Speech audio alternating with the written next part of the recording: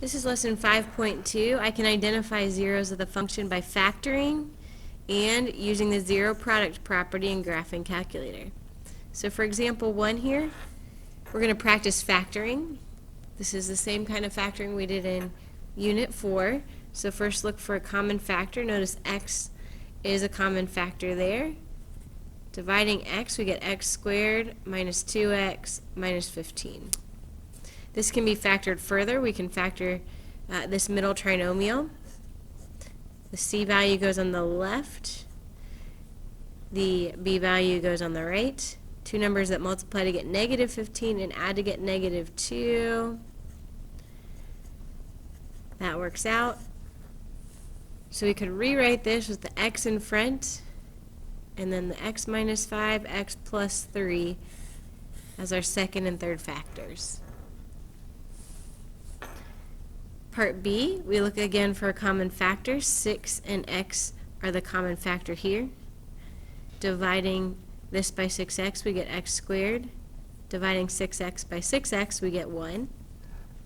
Now this can be factored further. If you recall, this is in the form of a squared minus b squared, which factors into a plus b, a minus b. So we wind up with 6x times x plus 1, x minus 1.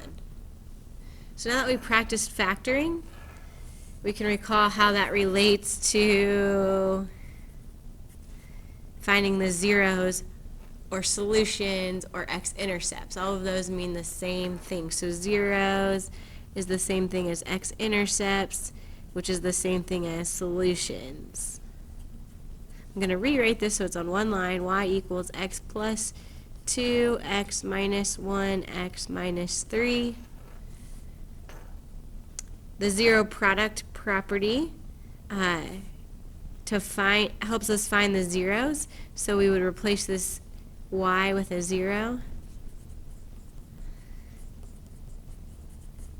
And then set each one of these factors equal to 0, recalling that anything times 0 is 0.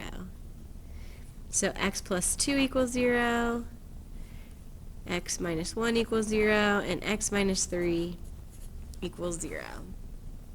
Subtracting 2 from both sides, we get x equals negative 2.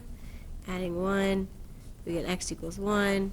And adding 3, we get x equals 3. So now we have our three x-intercepts, negative 2, 1, and 3. The next thing we do on this is to